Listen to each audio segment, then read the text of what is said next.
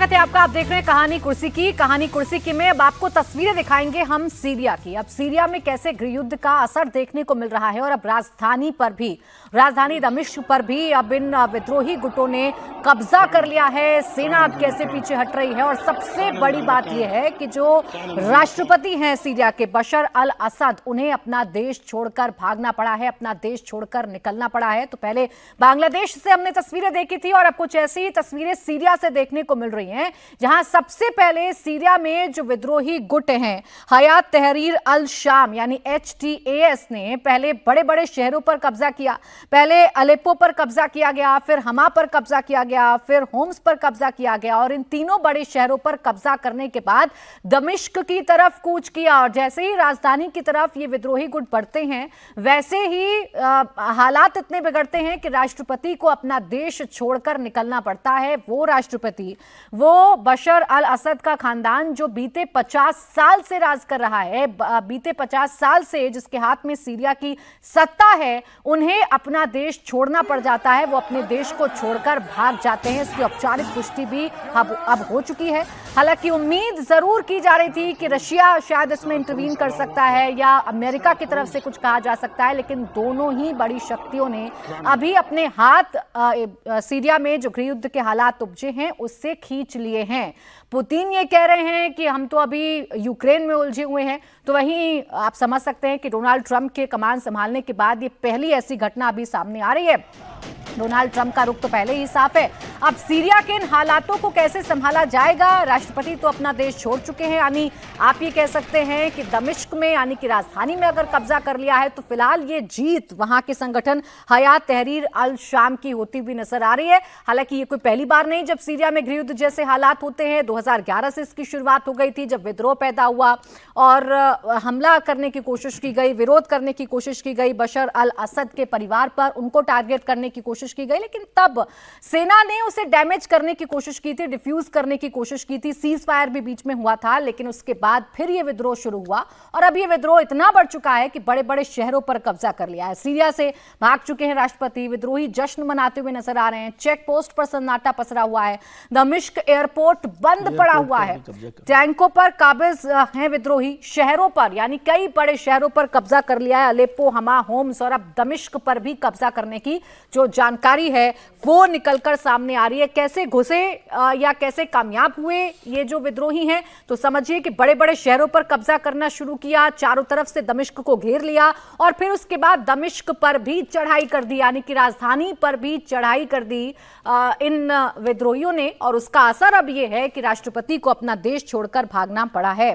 अब Vijay ji, middle east में तो लग रहा है कि शांति बहाली शायद हो ही नहीं रही है। मिडिल ईस्ट के देशों में उठापटक, गृहयुद्ध जैसे हालात, अब सीरिया में ये होना, इसका क्या असर आप देख रहे हैं ग्लोबली? जियो पॉलिटिकली देखें तो बहुत इंपॉर्टेंट है। सीरिया वैसे भी बहुत समय से ही इस तरह से परेशान था, कहना चाहिए कि शांति वहाँ पर नहीं थी लंबे समय से। आपने जैसे जिक्र किया बशर अल असद का, जो एक करीब 23-24 साल से वहाँ पर राष्ट्रपति, उससे पहले उनके पिता हाफिज जो थे वो 1954 के करीबन वहाँ पर राष्ट्रपति बने थे। तो 50 साल से 54 साल से, ये 71 में वो बने थे, तो करीब 54 साल से वहाँ पर फैमिली का वो था, कब्जा था एक तरह से।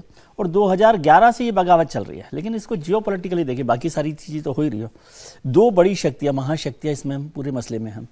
रशिया जो है, रूस जो है, वो हमेशा सपोर्ट करता रहा है बशर अल असद को, राष्ट्रपति को, सीरिया को।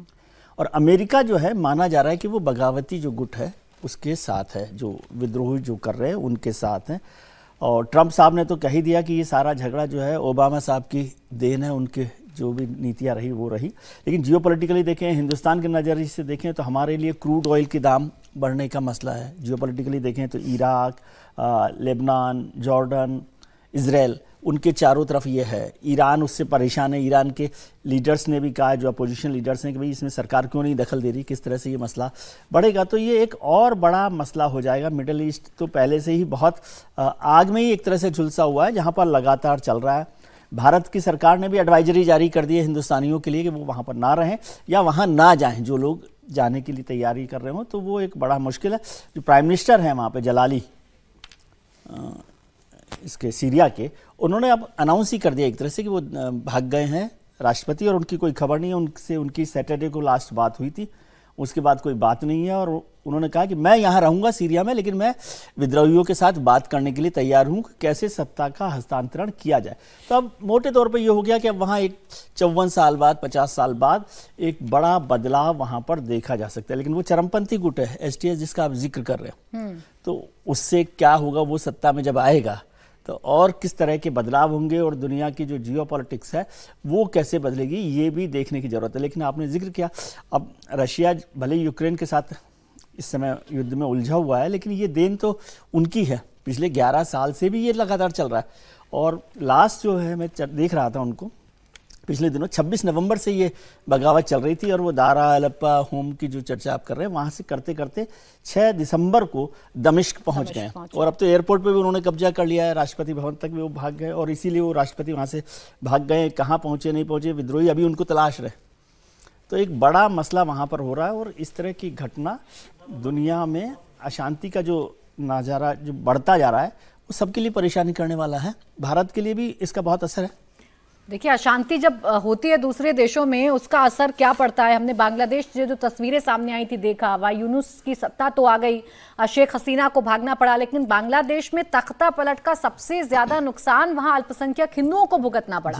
वहाँ अभी भी लगातार हमले किए जा रहे हैं। इस्कॉन टेम्पल तो पहले ही निशाने पर थे, लेकिन अब बाकी भी जो धार्मिक जगह हैं, जो बाकी भी मंदिर हैं, उन पर भी निशाना साधा जा रहा है। चटगांव जैसी जगह पर जहाँ हिंदू बाहुल्य पॉपुलेशन है, वहाँ हिंदुओं के घरों को जलाया जा रहा है, आग लगाई जा रही है। तो थम नहीं रहा है ये सिलसिला। सीरिया से क्या निकलेगा संगीत जी, ये तो बड़ी बात है कि सीरिया में अगर ये विद्रोही जो गुट है, जिसे चरमपंथी इस्लामिक गुट कहा जा सकता है, हयात तहरीर अल शाम, ये अगर सत्ता में आता है तो वहां क्या प्रभाव पड़ेंगे, और इसे बांग्लादेश से जोड़कर कैसे देखें। खामियाजा तो हिंदुओं ने भुगता वहां।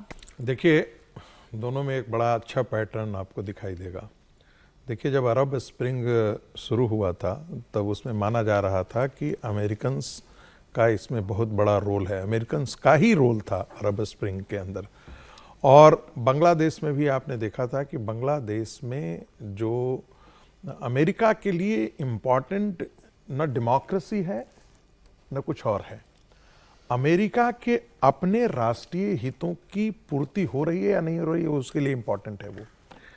और अमेरिका अपने जैसे भारत के साथ वो क्या कहता है कि हमारा स्ट्रेटेजिक पार्टनरशिप है, हमारी नई हाइट्स तक पहुंच गया है।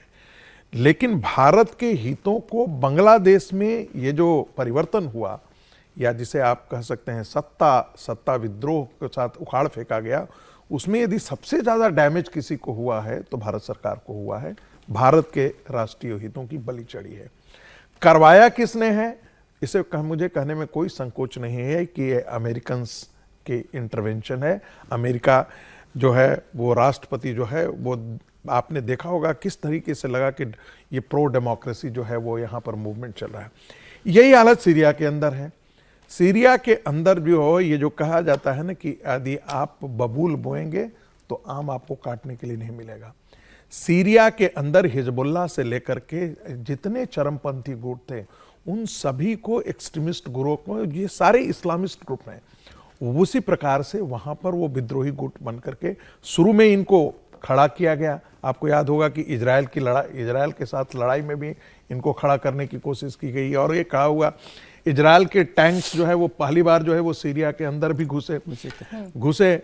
और आप उनका बॉर्डर देखेंगे, हालांकि मैं नहीं मानता कि जो विजय जी कह रहे थे कि इससे बहुत ज्यादा भारत के हितों को यहाँ से नुकसान पहुंच रहे हैं। ऑयल के क्रूड ऑयल को लेकर क्रूड ऑयल की बात, क्योंकि आपका क्रूड ऑयल आज के दिनों में बहुत ज्यादा आपका रसिया से आ रहा है। फिर से आपका क्रूड ऑयल जो है अगस्त के महीने में संभवतः, यदि मेरा ठीक है, अगस्त के महीने में थोड़ा क्रूड ऑयल का इंपोर्ट जो है वो रसिया से कम हुआ था, और भारत फिर से जो है वो जिसे ईरान इराक की तरफ जो है वो मुड़ा था।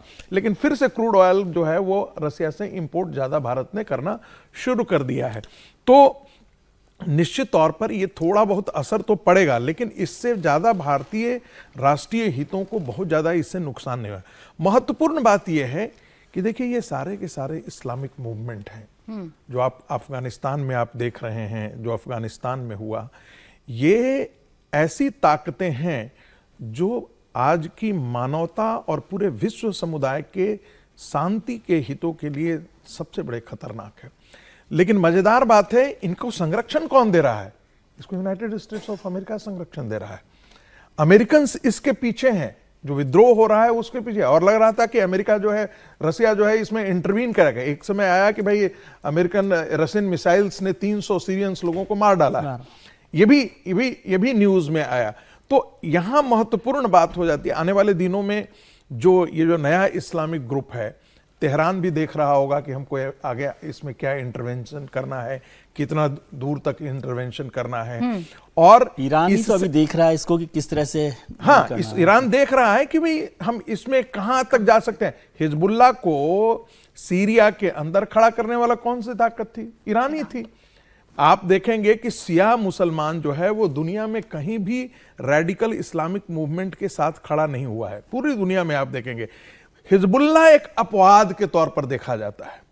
हिजबुल्लाह और उसके पीछे ईरान की ताकत है। तो यहां आने वाले दिनों में यदि सीरिया में होगा, मुझे लगता है कि इसका रिपरकशंस जो होगा आने वाले दिनों में। ये तस्वीर आप देखिए ना, जो हम सीरिया से दिखा रहे हैं, घर खाली पड़े हुए हैं, सन्नाटा पसरा हुआ है, टैंक पर खड़े होकर अपने जीत का जश्न मना रहे हैं। करीब 4 लाख लोग डिस्प्लेस हुए हैं अभी इस दौरान। और यही तस्वीरें हमने कुछ कमोवेश ऐसी तस्वीरें देखी थी ना बांग्लादेश में जब जश्न मनाया गया था। तो ये तस्वीरें डराती भी हैं और ये तस्वीरें कई सवाल भी डराने से ज्यादा एक फंडामेंटल सवाल पूछिए।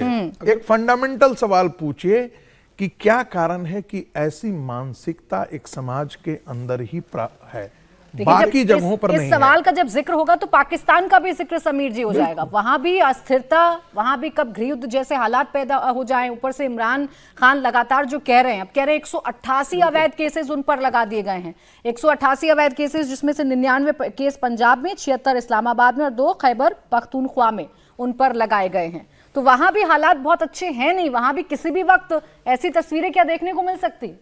निश्चित रूप से प्राची, देखिए अगर पिछले 4 साल का आप देखोगे तो अफगानिस्तान आप देखिए, अफगानिस्तान में किस तरह से गनी को अपनी सत्ता छोड़ के भागना पड़ा तालिबान के सामने।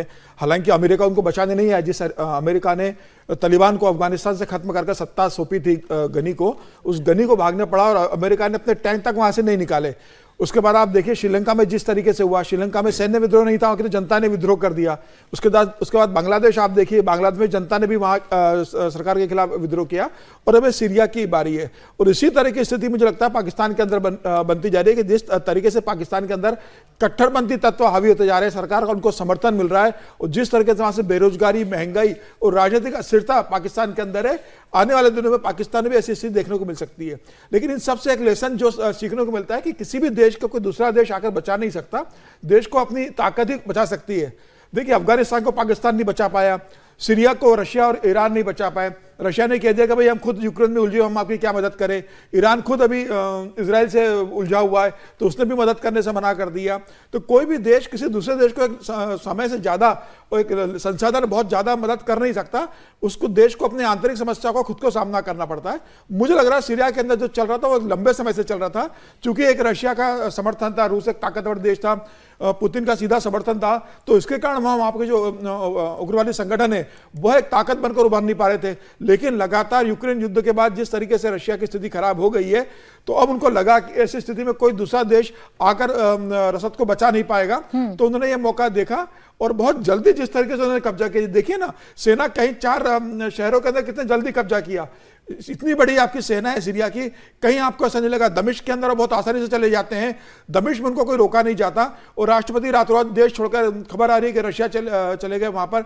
हालांकि प्रधानमंत्री ने कहा है कि मैं देश में रहकर मदद करूंगा, लेकिन ये बता रहा है कि सेना भी आपकी ताकत और सेना भी आपको बचा नहीं पाती अगर जनता का समर्थन आपके साथ नहीं है और सेना का एक बड़ा वर्ग भी आपके खिलाफ चला गया है। ये आने वाले दिनों में मुझे लगता है कुछ और देश है जो इस राह पर चल रहे हैं और आने वाले दिनों में कुछ और देश में ऐसा हो सकता है। लेकिन भारत के लिए चिंता की भी एक बात है, क्योंकि भारत के जिन देशों से संबंध रहे या भारत के आसपास रहे, बांग्लादेश में जो जिससे भारत का संबंध बहुत अच्छा था, वहां जिस तरीके से भारत का संबंध खराब होते चले गए। समीर जी, बांग्लादेश में प्रोफेसर साहब से एक चीज समझना चाहता हूं कि जैसे अभी उन्होंने जिक्र किया बांग्लादेश का भी, जो सही भी बात है कि अमेरिका ने जिस तरह से उसमें दखल किया है, यूनुस साहब वहाँ पर बने हैं। वैसे तो बहुत इंटरेस्टिंग बात है कि नोबेल शांति पुरस्कार विजेता जो लोग हैं उनके राज में अशांति वहाँ पे बांग्लादेश में हो रही है। लेकिन मैं आपसे समझना चाहता हूँ, जब आप अमेरिका का जिक्र करते हैं और भारत और अमेरिका के रिश्ते बहुत अच्छे रहे हैं, खासतौर से मौजूदा सरकार, तो क्या हमें रीडिफाइन करने की ज़रूरत है? भारत अमेरिका रिश्तों को। पहले एक चीज मैं जिक्र कर देना चाहता हूं कि जिस अल जमुनी की आपने बात की, आपने जिक्र किया था, उसे अमेरिकन ने पकड़ा था और पकड़ करके 5 साल अपने पास रखा था। छोड़ा कब? एक शर्त पर कि सीरिया में तुम अलकायदा का ब्रांच ओपन करोगे। यानी कि अमेरिकन्स को, जब अमेरिकन सब कहते हैं ना, जब हम लोग विदेश में जाते भी हैं और बातचीत करने लगते हैं इंटेलेक्चुअल्स में, जब कहते हैं डेमोक्रेसी तो हम बार बार उनको स्नब करते हैं। खासकर मैं तो बिल्कुल इंटरवीन करता हूं, don't talk about democracy, don't talk about morality. Your government and your establishment only works for your national interest. So allow others to also pursue their national interest.